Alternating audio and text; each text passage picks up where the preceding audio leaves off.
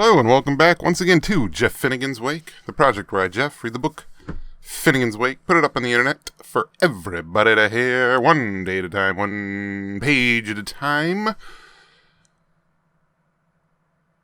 Oh, let's just cut right to the chase. We're on to page 165 of Finnegan's Wake. Here we go. The best thing that could happen to it.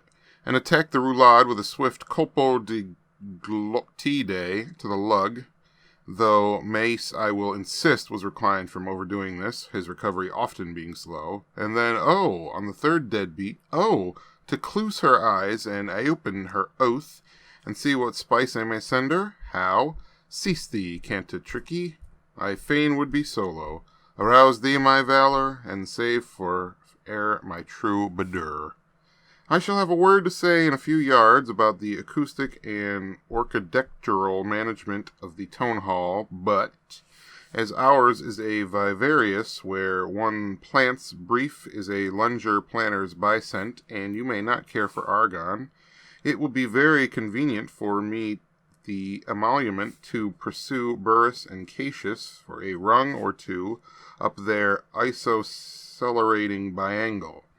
Every admirer has seen my goulash of Marge. She is so like the sister, you don't know, and they both dress A-L-I-K-E, which I titled The Very Picture of a Needless Woman, which is the presence ornates our national cruet stand. This genre of portraiture of changes of mind in order to be truly torse should evoke the bush soul of females, so I am leaving it to the experienced victim to complete the general suggestion by the mental addition of a wallopy bound, or, should the zoological zealot prefer it, in a congrual teal.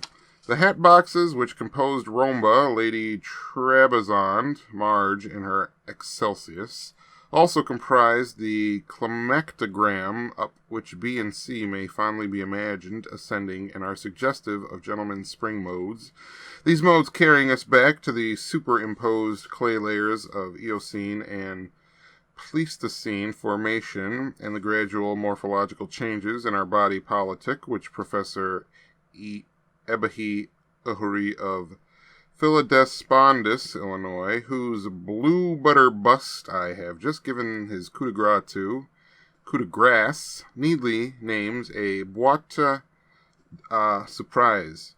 The boxes, if I may break the subject gently, are worth about 4d per box, but I am inventing a more patent process, foolproof and perfect. I should like to ask that Sherlock Holmes person who is out for removing the roofs of our criminal classics, by what deductio ad dominum he hopes detacto to detect anything unless he happens of himself movabile tectu to have a slade of, after which they can be reduced to a fragment of their... And that was page 165 of Finnegan's Wake here on Chef Finnegan's Wake. Yeah, let's leave it at that. Have a good night, everybody.